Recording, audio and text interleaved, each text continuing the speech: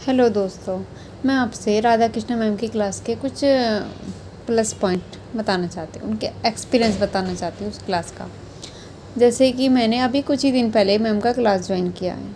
मुझे ज़्यादा टाइम नहीं हुआ, पहले मैं खुद से ही इनर वर्क कर रही थी, लेकिन क्या हो रहा था ना कि मुझे समझ में नहीं आ रहा था कि मैं सही कर रही हूँ कि गलत कर रही हूँ, कहाँ पर हूँ, किस स्टेज पर हूँ, कि कब तक ये जर्नी कम्प्लीट होगी। बहुत सारे सवाल थे। फिर मेरे को यूनिवर्स ने मैम से मिलाया और फिर मैंने मैम का क्लास लिया। और मुझे उस क्लास में जब पहले दिन से ही मैं जल्दी उठने लग गई हूँ। मॉर्निंग में पहले तो मैं उठ ही नहीं पाती थी, कि मुझे इतना टाइम लग जाता था उठने में कि मैं 4 बजे उठूँगी, 5 बजे उठूँगी, यही सोचती रह जाती थी। और पता है, डेडिकेशन है मैम के अंदर, इतना डेडिकेशन है, वो मतलब हमारे अंदर भी आ रहा है धीरे धीरे, कि हमें प्रॉपर अपनी बैड हैबिट्स को हटाना है, अपनी फाइनेंशियल प्रॉब्लम को रिजॉल्व करना है, एक्सरसाइज, मेडिटेशन और हर टाइप की प्रॉब्लम को सॉल्व करना होता है। तो यही तो इनर वर्क होता है। यही चक्रास या मेडिटेशन या करना, ये इनफ नहीं होता। अपने आप पे काम करना होता है, नेगेटिविटी को दूर करना होता है, बहुत सारी चीज़ें होती हैं। और क्या है, जब से मैंने मैम का क्लास ज्वाइन किया तो मैं बहुत ज़्यादा हाई वाइब्रेशन में रहने लग गई हूँ। जैसे कि पहले क्या होता था, मैं खुद से ही इनर वर्क कर रही थी, तो फिर मुझे क्या होता था कि मैं कभी हाई में पहुँचती थी, कभी लो, कभी किसी ने मुझे बोल दिया तो हर्ट हो जाता था। मतलब एक तरह से क्या होता है ना कि पीस, जॉय और एक्सेप्टेंस, मतलब हर किसी को जो जैसा है उसको वैसे ही एक्सेप्ट करना, यह चीज़ होनी चाहिए, जो कि मुझे अब मैम की क्लास में रहने के बाद आने लग गई, कि मैं हर टाइम हैप्पी मूड में रहती हूँ। और यही तो ज़रूरी होता है। और तीसरा मैं आपको बताती हूँ कि जब मैंने मेडिटेशन में वहाँ पे सोल सिस्टर की आवाज़ सुनी, जो भी सोल सिस्टर या ब्रदर थे, मुझे ऐसा लगा ना कि मैं इन सबको जानती हूँ। ऐसा लग रहा था कि मैं इनसे कभी पहले मिली हूँ। बहुत ज़्यादा ऐसा लग रहा था कि अच्छा, एक का सुना कि ये मेरे को ऐसा लग रहा कि इनको मैं जानती हूँ। फिर सभी ऐसे लग रहे थे, एक बहुत ज़्यादा कनेक्शन सा फील हुआ।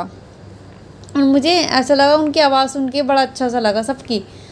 मैं उनके लिए थैंक यू बोलना चाहूँगी, सबके लिए थैंक यू सो मच। और पता है, मैम से अगर कोई भी इस जर्नी में है तो प्लीज़ मैम से ज़रूर कांटेक्ट करें, या फिर जिससे भी तुम करना चाहो। लेकिन यह है कि अपनी जर्नी को कंप्लीट करो यार, बीच में अटके मत रहो। और मैम इतना टाइम देती हैं, इतना डेडिकेशन से कराती हैं, और हर किसी का बहुत ख्याल रखती हैं। इतने सारे स्टूडेंट्स हैं, प्रॉपर हर किसी को वो टाइम देती हैं। मुझे वो चीज़ बहुत ज़्यादा पसंद है।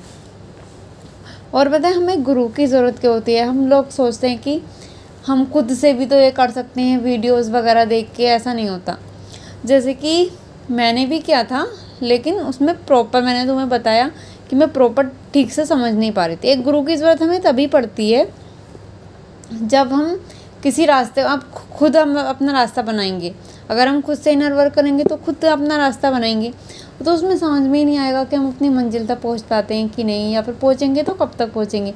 लेकिन गुरु हमारा वहाँ तक गया हुआ होता है यार, तो वो हमारा हाथ पकड़ के वहाँ तक आराम से पहुँचा देगा। हमें कोई टेंशन लेने की ज़रूरत ही नहीं है।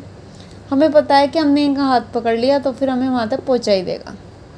और एक अनकंडीशनल लव में आ जाते हो तुम क्लास ज्वाइन करने के बाद। और अब वो हमेशा हर किसी के लिए होना चाहिए। वो जैसा, जिससे हम सबसे ज़्यादा प्यार करते हैं, वैसा ही प्यार हमें हर किसी के लिए होना चाहिए। अब सुबह उठ के भगवान से ये ज़रूर प्रे करनी चाहिए कि हम जिससे भी मिले उसमें मुझे भगवान का चेहरा दिखाई दे।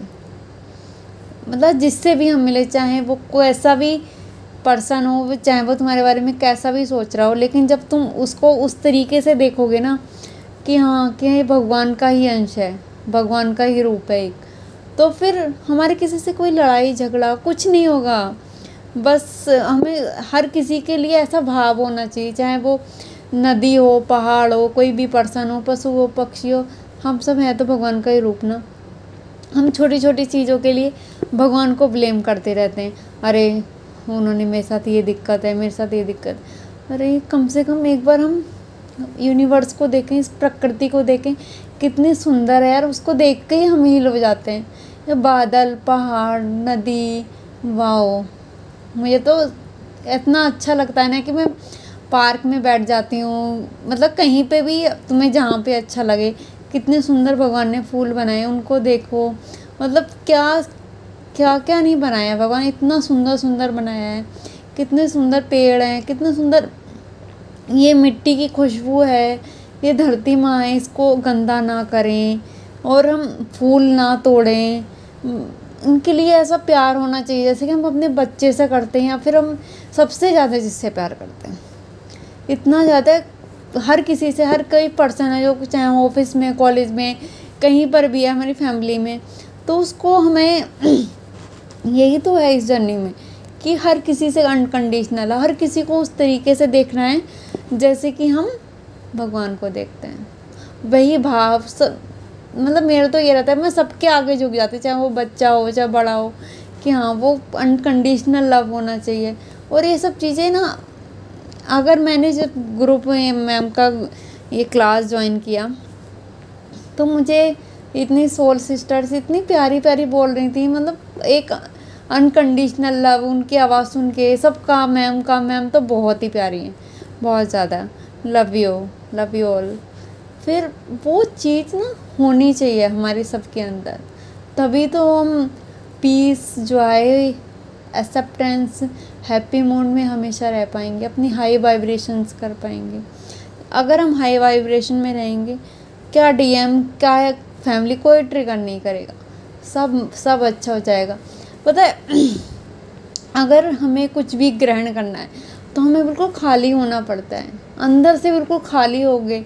जैसे कि हम एक गुरु के पास जाते तो बिल्कुल खाली होकर, हमारे अंदर कुछ भी नहीं है, ना ही कोई छल कपट, ना ही हमें कि ये चीज़ हमसे आती है, ये चीज़ मैंने पहले की है। बिल्कुल खाली होकर जाओ तो तुम बहुत जल्दी करो। जब तक तुम खाली नहीं होगे तुम्हारे अंदर कुछ जाएगा ही नहीं। तो हमें खाली होना पड़ता है, तभी तो हमारे अंदर कुछ जाता है। अगर तभी हम ग्रहण कर पाएंगे, यूनिवर्स के प्यार को एक्सेप्ट कर पाएंगे, यूनिवर्स से प्यार कर पाएंगे हम।